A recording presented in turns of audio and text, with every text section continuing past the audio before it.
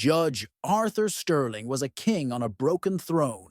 Feared in his courtroom for his iron gavel, he was privately consumed by a cold rage, confined to a wheelchair since the accident that had stolen his wife and his ability to walk. He judged the world harshly because his own life felt like a punishment.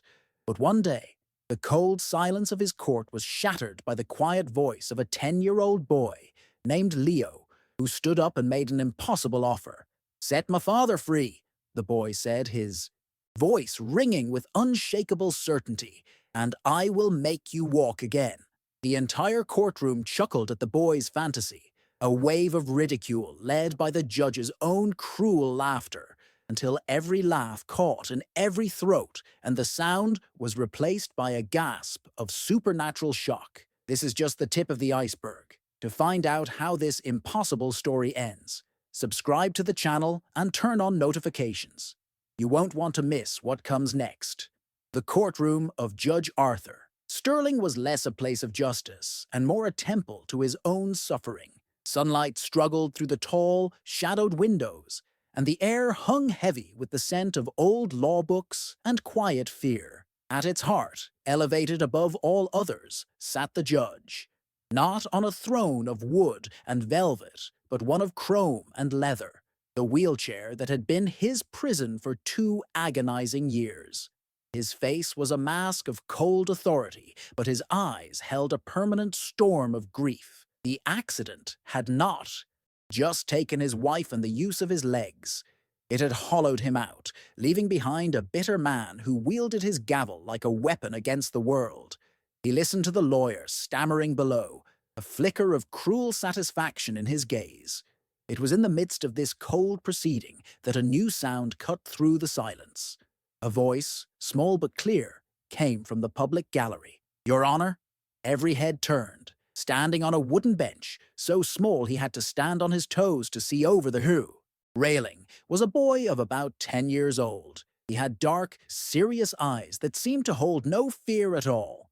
Judge Sterling's glare was like ice. An interruption was an insult. An interruption from a child was a farce. He opened his mouth to unleash his fury, to order the boy removed and disciplined. But before the judge could speak, the boy spoke again, and his words struck the room silent. "My name is Leo," the boy said, his voice steady, his eyes locked on the judge. "Set my father free, and I will make you walk again." For a long moment, the only sound in the courtroom was the frantic beating of Judge Sterling's own heart. The boy's words hung in the air, an impossible proposition that was both absurd and deeply cruel. They bypassed the judge's intellect and struck directly at the core of his private agony, the 2 rawest wounds he possessed, his imprisoned father and his useless legs. To speak of them here, in this hall where his power was absolute, was not just an interruption. It was a violation, a deep, calculated profanity. His mind, trained to see patterns and motives, raced. Was this a prank? A twisted trick orchestrated by an old legal rival? Or was it simply the rambling of a deluded child?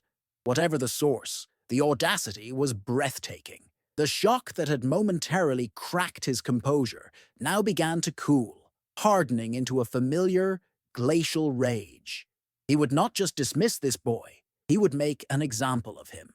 He would use the full force of his intellect and the weight of his office to crush this pathetic spark of defiance. He let the silence stretch, building the tension until it was a palpable force in the room. He slowly wheeled his chair forward a few inches, the soft whir of the motor the only sound. Then he looked not at the boy, but at the courtroom at large, at the lawyers, the clerks, the jury, the public gallery. He was a performer, and this was his stage. A cruel, thin smile touched his lips. "Well," he began, his voice dripping with condescending amusement, "it seems we have a new legal counsel in our midst. A prodigy, no less." Nervous laughter trickled through the room, the sycophants eager to follow his lead. Sterling's eyes finally settled on Leo. "Tell me, son, what legal precedent do you cite for this miraculous exchange? Is there a clause in the Constitution I'm not aware of?" The divine intervention clause, perhaps, tucked away between due process and the right to a fair trial. The laughter grew louder, more confident. The judge leaned forward, his voice taking on the sharp, prosecutorial edge he was famous for. Let's examine your proposal with the scrutiny it deserves. You ask for the release of a convicted man, a man who, I might add, was found guilty by a jury of his peers based on evidence presented in this very room. In exchange, you offer what exactly? A cure, a miracle. You propose to undo a medical diagnosis, paraplegia, a severed spinal cord. With what? Happy thoughts? A magic word? He paused, letting the humiliation sink in. I have heard desperate arguments in my time. I have seen theatrics that would rival a Broadway production. But this is a new level of fantasy. It is an insult not only to this court's authority, but to the very fabric of reality. It is the kind of nonsense peddled by charlatans and faith healers to prey on the weak and the desperate. His gaze swept the room again, daring anyone to disagree, before landing back on Leo with crushing finality. The boy had not moved. His expression had not changed. He simply stood there, watching, his calmness an infuriating counterpoint to the judge's escalating vitriol. This silent resilience enraged Sterling more than any tears or protests could have. It was a rejection of his power. You see, this is the problem with baseless belief, the judge continued, his voice rising. It has no place in a world governed by facts, by evidence, by consequences. Your father is in prison because of his actions. I am in this chair because of a drunk driver. These are irrevocable facts. They are not negotiable. Your childish fantasy changes nothing. He raised his hand, pointing a long, trembling finger at the bailiffs standing by the wall. Guards, remove this child and find his parents. They need to be instructed on the dual crimes of contempt of court and filling a child's head with dangerous delusions. The two large bailiffs began their slow, heavy-footed advance toward the gallery. The courtroom watched, holding its collective breath. This was the end of the spectacle. But Leo did not shrink back. He did not cry out. He simply held the judge's gaze, his own eyes filled not with fear, but with something that looked unnervingly like pity. And in that moment, as the bailiffs reached the edge of the gallery, something inside Judge Sterling snapped. A surge of pure, unadulterated fury coursed through him. It was a white-hot rage at his powerlessness, at his broken body, at this small, insignificant child who refused to be broken. And then it happened. It was not a gentle warmth or a tingling sensation. It was a violent, biological command. A bolt of lightning shot down his spine, bypassing the deadened nerves and slamming into the dormant muscles of his legs. It felt like a blacksmith's hammer striking an anvil, an explosion of raw energy where there had been only emptiness for 2 years. His leg muscles, atrophied and useless, contracted with a brutal, unfamiliar force. A guttural gasp escaped his lips.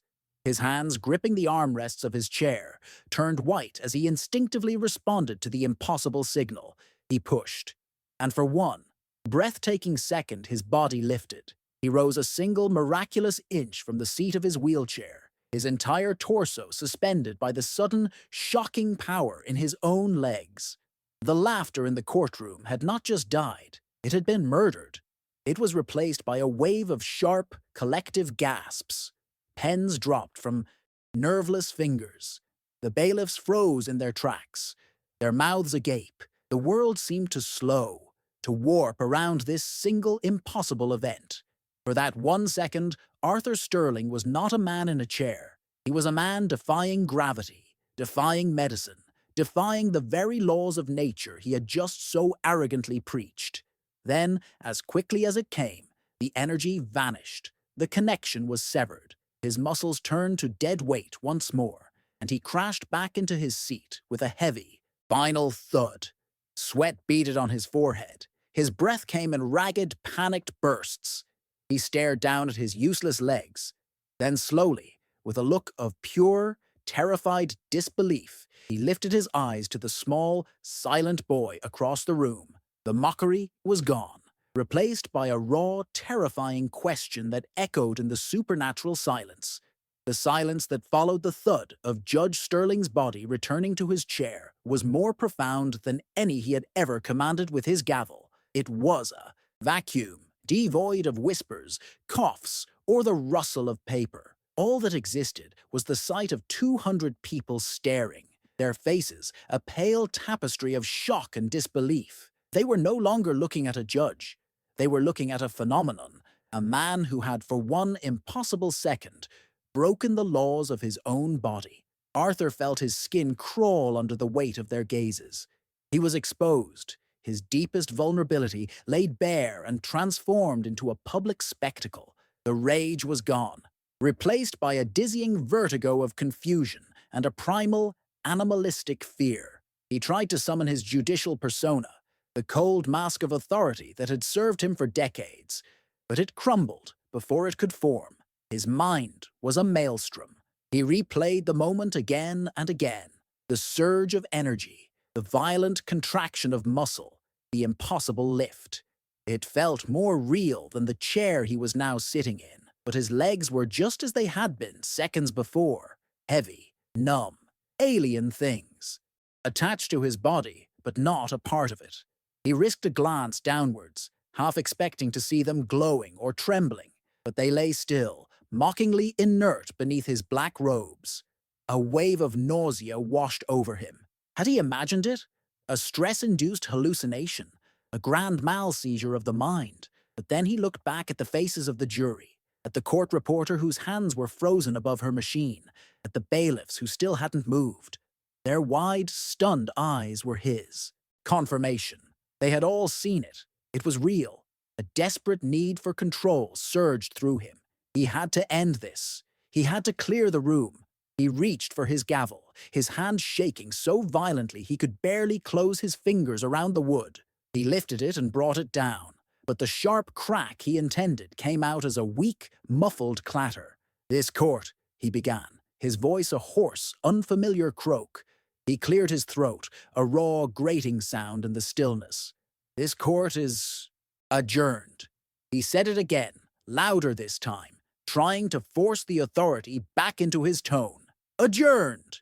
The word was a dismissal, but also a plea. The spell was broken. A chaotic symphony of noise erupted as people scrambled to their feet, chairs scraping, voices erupting in a flood of hushed, frantic whispers.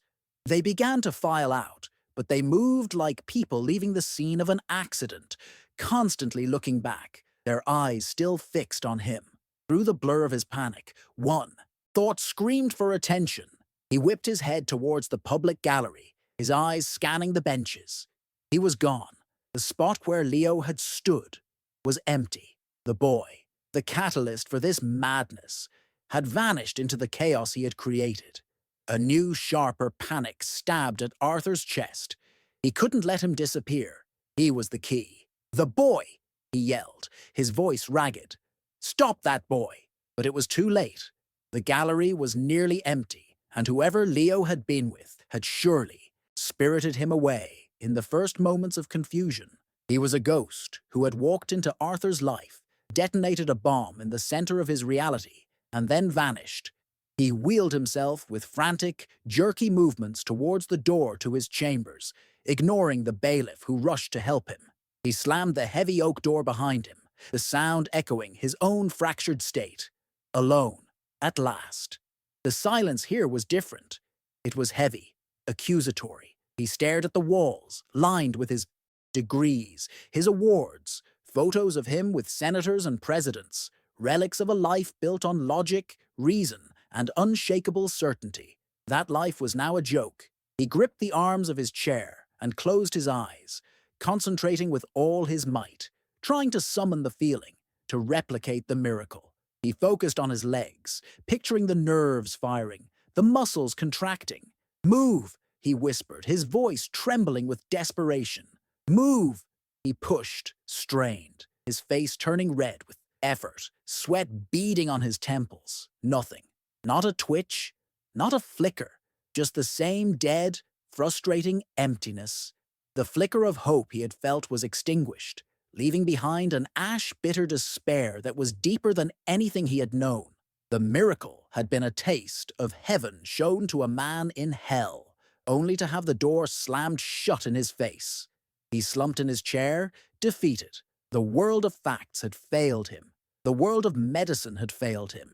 He was lost in a desert of doubt, and the only landmark was the memory of a 10-year-old boy's impossible promise. He reached for the secure phone on his desk, his hands still shaking. He dialed a number from memory. A gruff voice answered on the first ring. Peterson. It was his private investigator, a former detective who handled the judge's discreet and often unsavory personal affairs. It's me, Sterling said, his voice barely a whisper. I need you to find someone, a boy. His name is Leo. Peterson was silent, waiting. He's about 10 years old. Dark hair, serious eyes. That's all I have. There was a pause.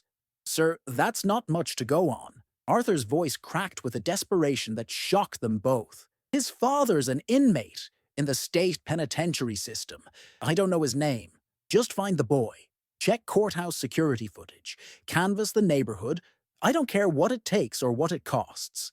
Just find him, Peterson. Find him now. He hung up the phone without waiting for a reply. He sat there for a long time as the sun set outside his window, casting long shadows that looked like prison bars across his empty chamber. The judge was gone. All that was left was a broken man, haunted by the ghost of a miracle, consumed by a desperate, terrifying obsession. 2 days passed in a fever dream of anticipation and dread. Judge Sterling barely slept. His nights spent staring at the ceiling, his days spent waiting for the phone to ring. He had cancelled all his court appearances, a move so out of character that it sent ripples of speculation through the legal community. But he didn't care. The world outside his study, the world of law and logic he had once commanded, had become a grey, meaningless fog. His entire existence had narrowed to a single point of focus: the boy. Finally, on the third day, Peterson called. He had a location, an address in the industrial outskirts of the city, a place of crumbling brick warehouses and forgotten, soot-stained apartment blocks. It was a part of the city Sterling had only ever seen from a distance, a blight to be managed, not a place where people actually lived. Peterson drove him. The sleek, a silent luxury of the judge's custom town car felt like an invading vessel as it navigated the cracked and potholed streets. Sterling stared out the tinted window at the grim, grey landscape. Children played in the street with a worn-out ball, their laughter seeming jarringly out of place. This was a world of survival, a world completely alien to his own manicured existence of privilege and power. The car pulled up to a tenement building that looked as tired and defeated as the people going in and out of it. Apartment 3B, Peterson said, his voice flat. The boy lives there with his grandmother, Elena Collins. Sterling's heart hammered against his ribs. He nodded, and the investigator helped him into his wheelchair, leaving him at the entrance. This was a journey he had to make alone. The building's lobby smelled of damp concrete and boiled cabbage. He navigated the narrow, dimly lit hallway to the elevator, which shuddered and groaned its way to the third floor. He found the door to 3B, the paint peeling, a small faded wreath hanging crookedly from a nail. For a moment he hesitated. What was he even going to say? The thought shamed him. He took a deep breath and knocked, his knuckles making a soft, hesitant sound against the cheap wood. The door opened, and an elderly woman stood before him. She was small and thin, with grey hair pulled back in a tight bun. Her face was a road map of hardship, but her eyes, the same dark, serious eyes as the boy's, were clear and sharp. They widened for a fraction of a second in recognition, before hardening into a look of cold, impenetrable steel. She knew exactly who he was. Judge Sterling, she said. Her voice was not welcoming. It was brittle, heavy with an ancient weariness. What do you want? Before he could answer, Leo appeared from behind her, his small face unreadable. He simply looked at the judge, waiting. Arthur felt his carefully prepared words crumble to dust. His desperation took over. The courtroom, he stammered, looking at Leo. What you did. How? I need to understand. The grandmother, Eleanor, let out a short, bitter laugh. You come all the way here to my home, and that is your question, not who are you, or what have I done, but what can you do for me? Some things never change. Her words were a slap in the face. Sterling was taken aback, his judge's mind struggling to process the blatant lack of deference. I don't understand, he said, genuinely confused. Done? What have I done to you? Eleanor's eyes blazed with a fire that had been banked for years. You don't remember, do you? To you, he was just another file, another number. But to us, he was everything. David Collins. Does that name mean anything to you, Your Honor? The name echoed in the vast, empty archive of his memory. Collins. A robbery. Case. 5, maybe 6 years ago. A mechanic, accused of being a getaway driver. The evidence had been flimsy, he recalled now. A similar model of car, a vague description. The public defender had been young, overwhelmed. Arthur had been impatient, arrogant, eager to clear his docket. He had pushed the jury toward a conviction. He had sentenced David Collins to 15 years. As the memory returned, Eleanor began to speak, her voice a low, trembling testament to the wreckage he had caused. David was a good man, she said, her hands twisting in the fabric of her apron.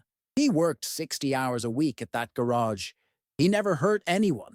He was home with me and his wife Sarah, the night of that robbery, but we were just his family. Our word meant nothing against the word of the state. She described the trial, her words painting a vivid picture of his own judicial malpractice. His dismissiveness, his open scorn for the defense, his subtle instructions to the jury. He had not sought justice. He had sought a quick and tidy conclusion. He began to feel a cold dread creep up his spine. This was no longer about a strange miracle. It was about a terrible mistake. And then Eleanor delivered the final, devastating blow. When you sent my son to prison, she said, her voice breaking for the first time, you sentenced all of us. We lost the garage, then we lost our house. We spent everything we had on lawyers who just took our money and shrugged. And then Sarah got sick. She looked at Leo, her hand resting gently on his shoulder. It was pneumonia. The doctor said she would have been fine if she'd come in sooner. But we had no insurance anymore, no money. We thought it was just a bad cold. By the time we took her to the public clinic, it was too late. She died. She died because her husband was in a cage, and we had nothing. The words hit Arthur with the force of a physical impact. He stared at Leo, and for the first time, he truly saw him. He saw the hollowed-out look in his eyes that he had mistaken for serenity. This was not a mystical child with magic powers. This was an orphan, a boy who had lost his father to a cage and his mother to poverty. And he, Judge Arthur Sterling, was the architect of it all. His arrogant, impatient ruling 5 years ago had not just imprisoned an innocent man, it had set off a chain reaction of tragedy that had destroyed a family and left a child alone in the world. The quest for his own healing, the obsession with his own legs now felt so grotesquely selfish, so profoundly insignificant. The true paralysis wasn't in his body, it was in his soul. He looked from the grandmother's grief-stricken face to the boy's quiet sorrow, and he was surrounded by the ghosts of his own making. The search for the boy was over, but his confrontation with the monster in the mirror had just begun.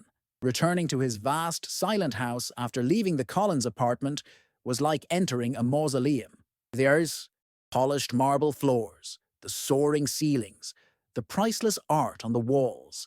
It all seemed to mock him. These were the trappings of a successful life, the spoils of a brilliant career, but they felt like decorations in a tomb. The silence was no longer peaceful. It was accusatory. Every shadow seemed to hold the ghost of Sarah Collins. Every reflective surface showed him the face of a man he was beginning to despise. The guilt he had discovered in that tiny apartment had followed him home, and it was a far heavier burden than his paralyzed legs. He was a man adrift, stripped of the certainties that had once been his armor. His entire life had been predicated on the idea that he was an instrument of justice, a man of unimpeachable reason. That foundation had been obliterated. Driven by a desperate, horrifying need to know the full extent of his sin, he spent the entire night in his home law library. He had his clerk deliver the complete case file of, under the stark glow of his desk lamp, he forced himself to become the judge of his own past judgment.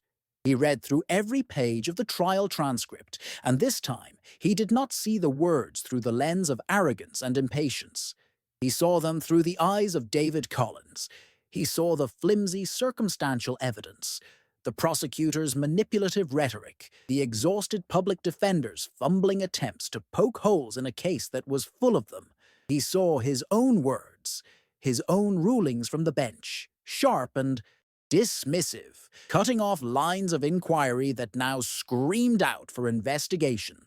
He saw the moment where he had overruled a key objection from the defense, a decision that had effectively sealed David's fate. At the time, he had called it maintaining judicial efficiency. Now he saw it for what it was: intellectual pride. He had been so certain of his own interpretation of the law that he had refused to even entertain the possibility of being wrong. He had not been a judge. He had been a tyrant. By the time the sun began to cast its first grey light through the window, the truth was undeniable, laid bare in the black and white of the court record. David Collins was an innocent man, and he, Judge Arthur Sterling, was the one who had put him in a cage and signed the death warrant for his wife. The knowledge settled not in his mind, but in his gut, a cold, leaden sickness.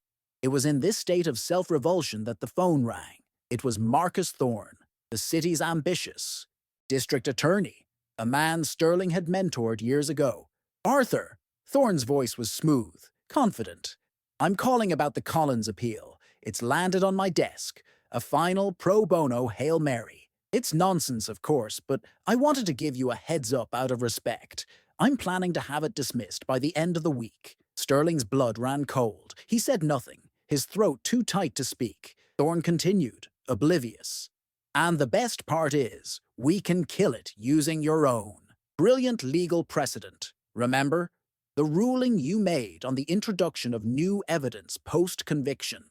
It's a legal fortress. They have no new evidence that meets the criteria. We'll file a motion to dismiss, cite your ruling, and the whole thing will vanish. It protects the court, protects the original conviction, and frankly, it protects your legacy." Thorne's words hung in the air, a lifeline being thrown to a drowning man. He was offering an escape, a clean, easy, legally impeccable way out. All Sterling had to do was nothing. He could hang up the phone, let the system he created do its work, and his terrible secret would be buried forever under the weight of his own celebrated legal opinion. No one would ever know. David would remain in prison. Leo would grow up without a father, but his own name, his reputation, would remain untouched. The choice was laid before him with brutal clarity. It was a crossroads. One path led back to the quiet, comfortable lie of his life. A life of silent damnation but public honor. The other path led toward a terrible, cleansing fire. It would require him to publicly recant, to admit his failure, to face the scorn of his peers, and the destruction of the very legacy Thorne was offering to protect. It would mean taking a sledgehammer to the marble statue of himself that he had spent a lifetime building. He thought of his portrait hanging in the courthouse lobby, a symbol of power and integrity. Then he thought of the photograph of David and Sarah Collins, a symbol of a life he had shattered. In his mind, he saw Leo's eyes, not filled with hate, but with a quiet, devastating challenge. The battle in his soul was fierce, but surprisingly brief. He looked around at the opulent library, at the shelves of books filled with laws and precedents, and realized it was all meaningless. A legacy was not something carved in stone. It was something written on the hearts of others. And on the hearts that mattered now, his name was a curse. What good was a clean reputation if, when he looked in the mirror, he saw the face of a coward and a monster? The decision settled upon him, not with a crash, but with a quiet, profound calm. He took a steadying breath. "Thank you for the call, Marcus," he said, his voice even. He hung up the phone before the surprised DA could reply. For a long moment he sat in the dawn light, a man on the brink of his own ruin, and perhaps his own salvation. Then he picked up the phone again and dialed his clerk. His voice, when he spoke, was not the voice of the broken man from the Collins apartment, nor the voice of the arrogant judge from the bench. It was something new, a voice of quiet, unshakable resolve. "Jessica," he said, "I need you to do something for me immediately. File a motion for a special evidentiary hearing in my courtroom regarding the final appeal of David Collins." There was a stunned silence on the other end of the line. "And Jessica," he continued, "I want you to call the chief public defender. Tell him I have a new witness for the defense.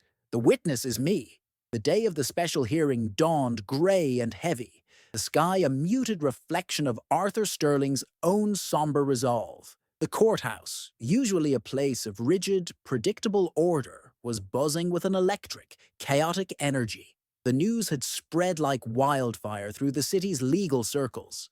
Judge Sterling, the immovable object, the architect of a dozen landmark rulings, had called an evidentiary hearing for a forgotten case and had named himself as the star witness for the defense.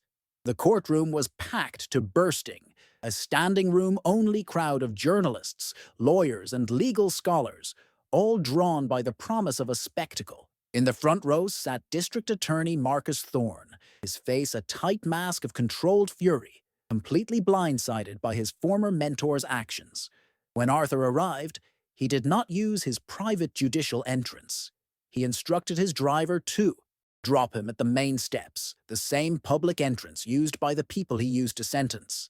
He wheeled himself through the throng of reporters, ignoring their shouted questions. He did not wear his judge's robes, but a simple, dark suit. He was not here to preside. He was here to repent.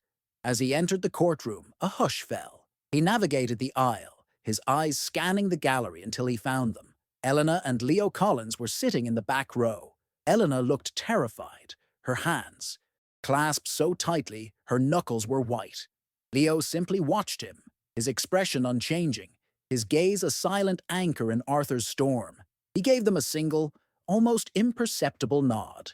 He was doing this for them, but also, he now knew, for himself. Another judge, a senior colleague named Peterson, presided over the hearing, his expression a mixture of confusion and profound discomfort.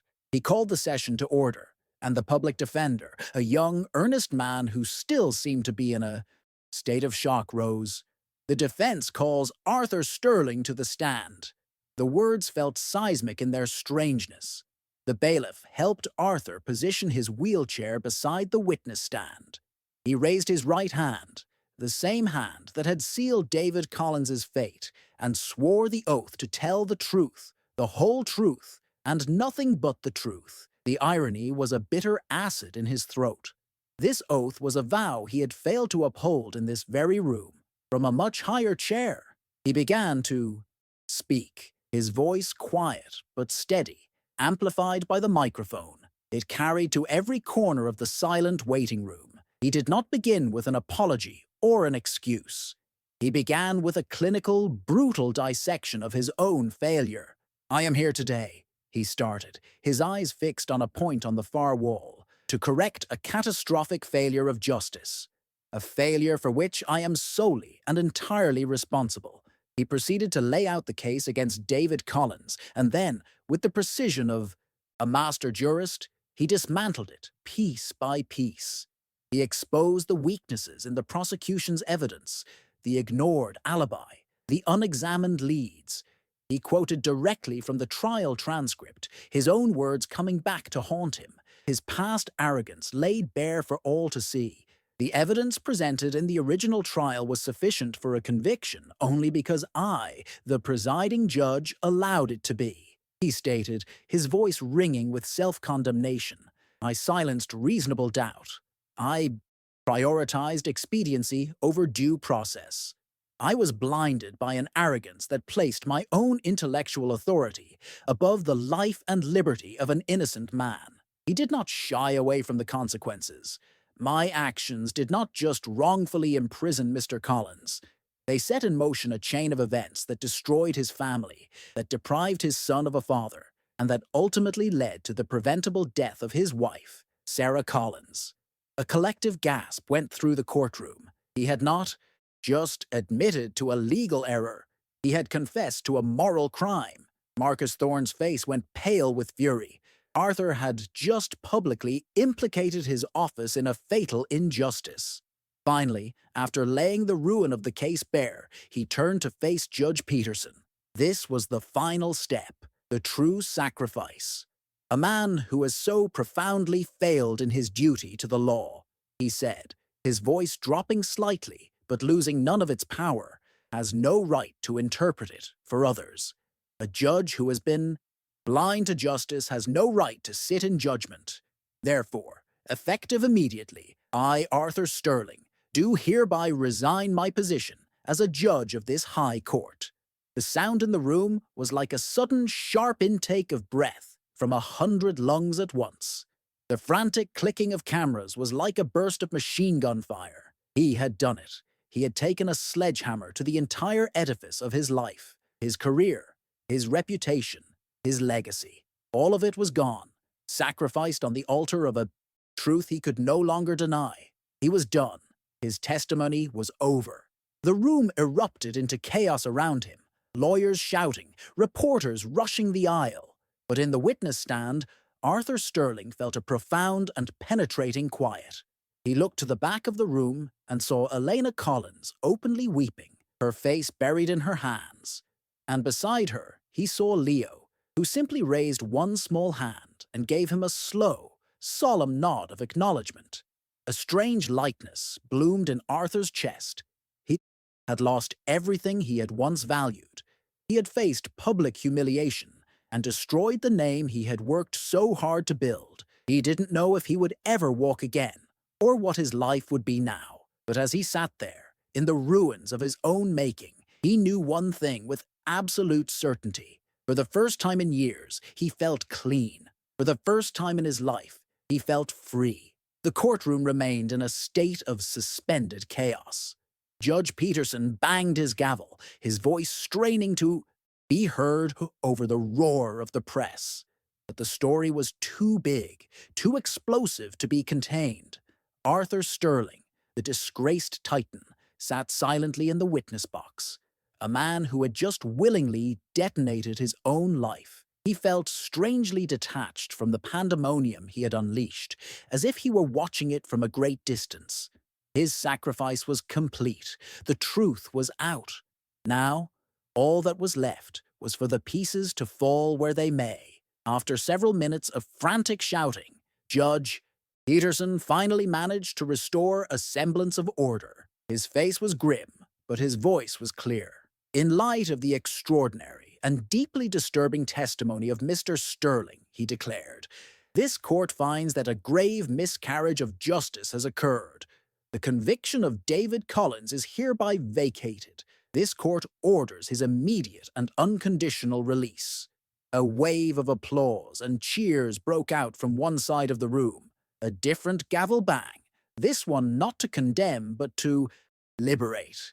Sterling watched as a door opened to the side of the courtroom, and two bailiffs escorted a man in.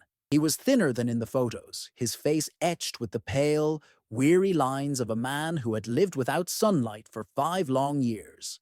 It was David Collins. His eyes, wide and bewildered, scanned the chaotic room until they landed on the back row. He saw his mother, and he saw his son. Leo, he whispered, his voice hoarse from disuse. The name was a question, a prayer. Leo vaulted over the back of the bench, a cry of "Dad!" erupting from his small body. He ran down the aisle, and David, his chains now symbolic rather than literal, fell to his knees. The father and son collided in a desperate, clinging embrace, a tableau of lost time and impossible reunion.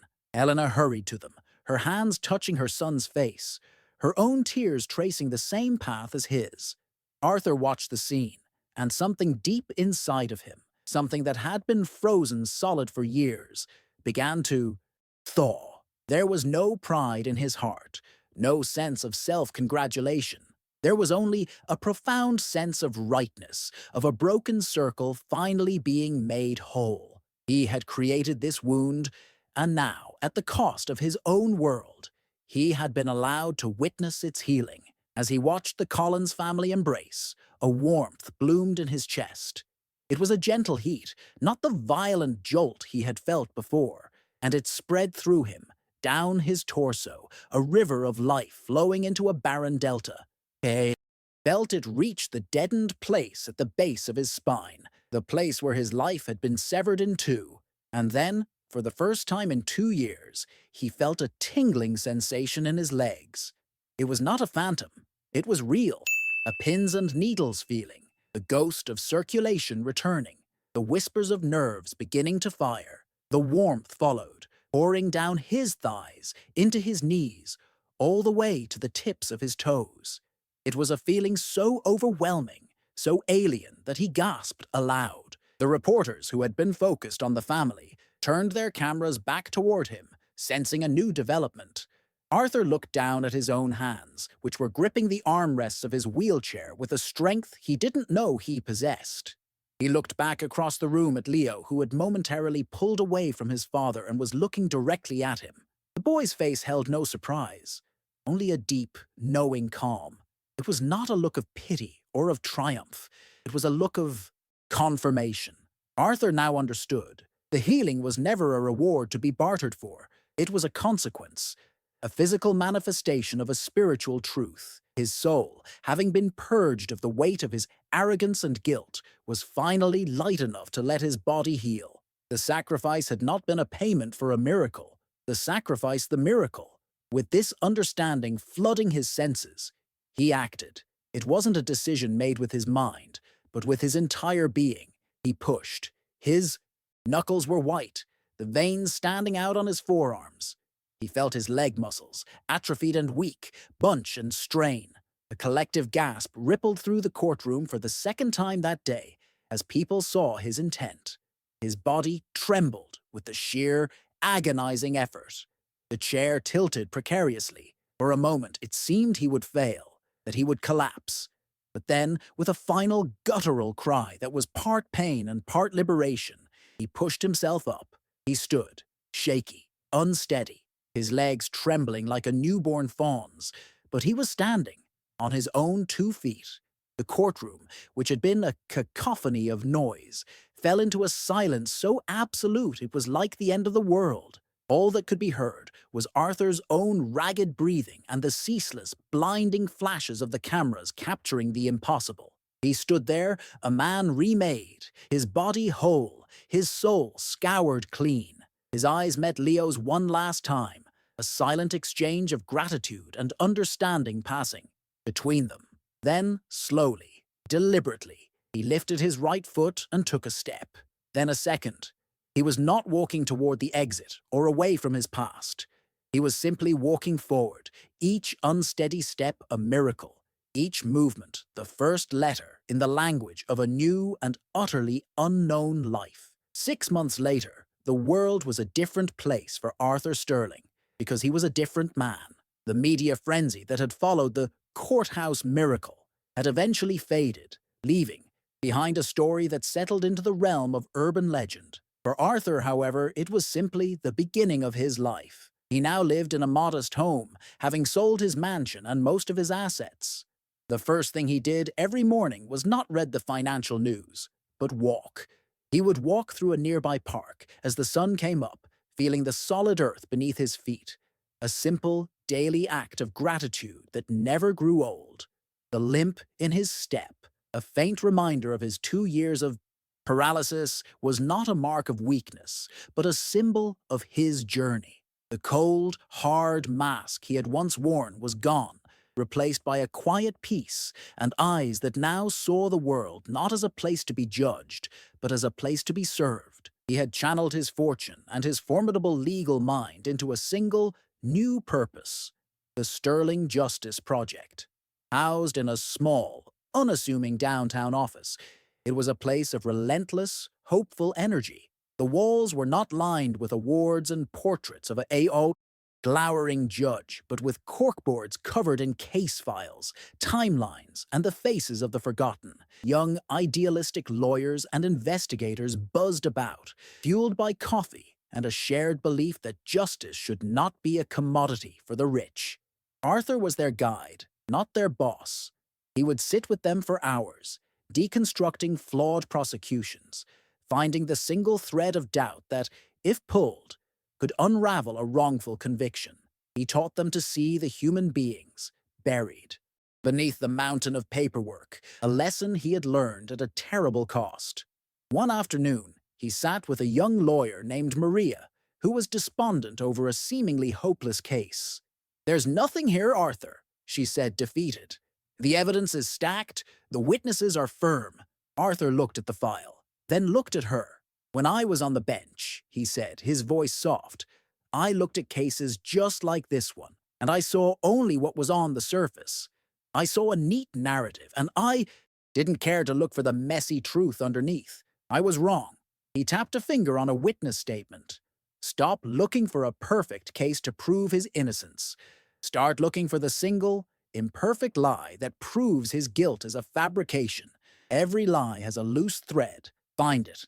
It was this new wisdom, born from his own profound failure, that made him a more powerful force for justice than his gavel ever had. His connection to the Collins family had been central to his transformation.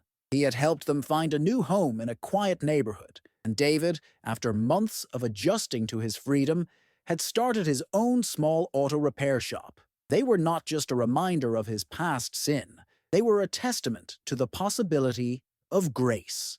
He would often have dinner with them, sitting at their small kitchen table, a place of warmth and forgiveness.